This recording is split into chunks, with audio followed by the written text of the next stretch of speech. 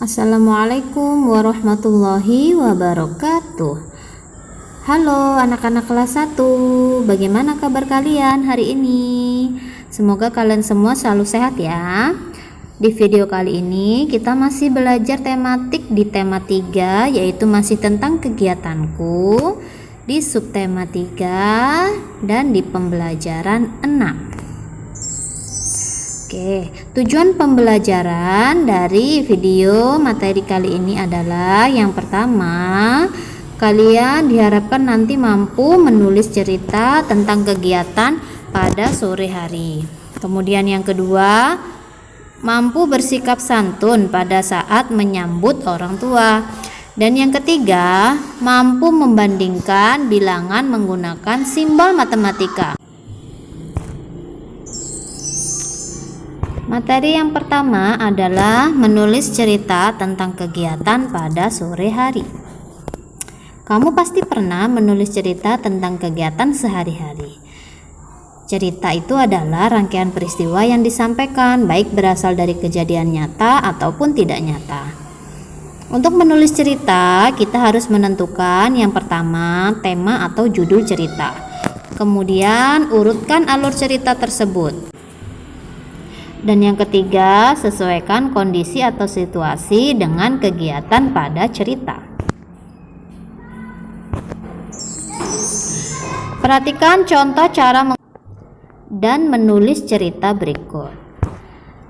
Mari kita urutkan gambar berseri di bawah ini. Yang pertama adalah bermain bola. Kemudian gambar yang kedua adalah setelah bermain bola. Yang ketiga adalah pulang ke rumah. Dan yang keempat adalah mandi sore. Yang terakhir adalah atau yang kelima berpakaian. Oke, dari gambar berseri tersebut kita dapat judul nih. Judulnya bermain bola di sore hari. Isi ceritanya sebagai berikut. Yang pertama, Benny bermain bola di lapangan. Kemudian setelah bermain bola, Benny pulang ke rumah.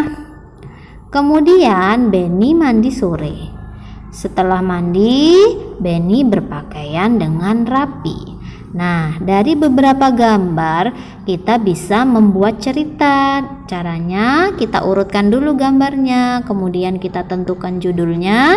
Setelah itu baru kita buat kalimat, kita rangkai kalimat berdasarkan gambar, kita urutkan dan jadilah sebuah cerita. Selanjutnya materinya tentang sikap santun menyambut orang tua. Biasanya orang tua pulang bekerja pada sore hari. Sambutlah dengan baik ketika orang tuamu tiba di rumah. Menyambut orang tua pulang kerja termasuk sikap yang baik. Berikut adalah cara menyambut orang tuamu saat pulang bekerja, seperti pada gambar. Yaitu yang pertama, menyambut dengan riang gembira, dengan tersenyum riang ketika orang tua kalian pulang kerja.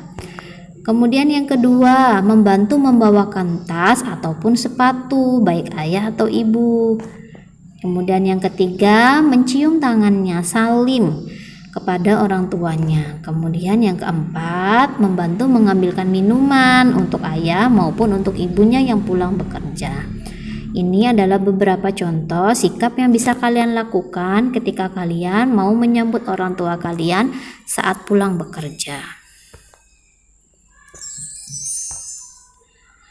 Sekarang mari kita beri tanda centang cara menyambut orang tua yang baik ya. Perhatikan gambar. Di sini ada 4 gambar. Kita akan beri centang cara menyambut yang baik dan kita silang cara menyambut yang tidak baik. Gambar yang pertama, bertengkar dengan adik. Kira-kira ini cara menyambut yang baik atau tidak ya? Iya, ini tidak baik. Berarti kita beri tanda silang. Kemudian selanjutnya, menyambut ayah dengan riang bawahnya. Kira-kira ini cara yang baik atau bukan ya? Iya, betul sekali, ini cara yang baik. Jadi ketika ayahnya pulang kerja, kalian sambut dengan tersenyum riang. Pasti ayahnya akan senang. Jadi kita beri tanda centang. Selanjutnya, membawakan tas kerja ibu. Nah, ketika ibunya pulang kerja, kalian sambut dengan membantu membawakan tas. Ini adalah cara menyambut yang baik. Berarti kita beri tanda centang. Dan yang terakhir, ketika ayahnya pulang marah-marah karena ayahnya pulangnya telat. Kira-kira ini baik atau tidak? Ini tidak baik. Masa ayahnya pulang kerja capek-capek kalian marah-marah? Ini cara yang tidak baik. Berarti kita silang. Nah, ini tadi adalah beberapa contoh yang bisa kalian tiru dan tidak perlu ditiru. Yang baik ditiru, yang tidak baik tidak boleh ditiru.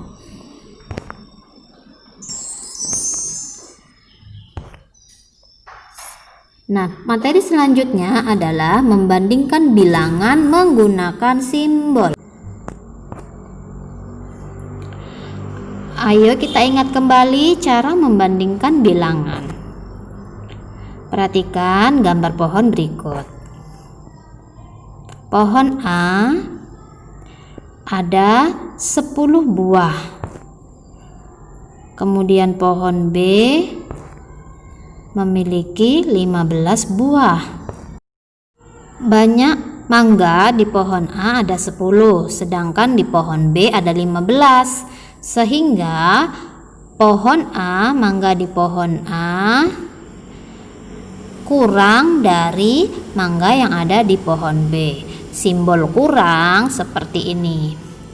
A kurang dari pohon B. Kemudian banyak mangga di pohon B lebih dari pohon A. Simbolnya adalah seperti ini. B lebih dari pohon A.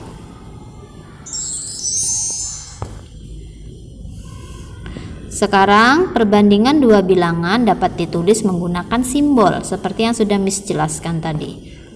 Simbol kurang dari ditulis seperti ini. Nah, ini kurang dari. Simbol lebih dari ditulis seperti ini. Simbol sama dengan ditulisnya seperti ini. Nah, jadi ketika kalian mau membandingkan dua bilangan, kalian juga bisa menggunakan simbol-simbol berikut. Perhatikan contoh lainnya berikut.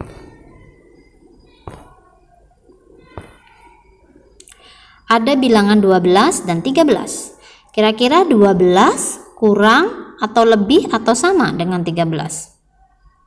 Iya, betul, 12 kurang dari 13. Berarti simbolnya adalah seperti ini. Simbolnya 12 kurang dari 13. Lagi perhatikan 16 dan 14. 16 kurang lebih atau sama? Ya, betul sekali, 16 lebih dari 14, sehingga bisa dituliskan juga seperti ini. 16 lebihnya menggunakan simbol 14. Kemudian 15 titik-titik 15. Kira-kira apa? Kurang, lebih atau sama? Iya, betul sekali, sama. 15 sama dengan 15, jumlahnya sama ya.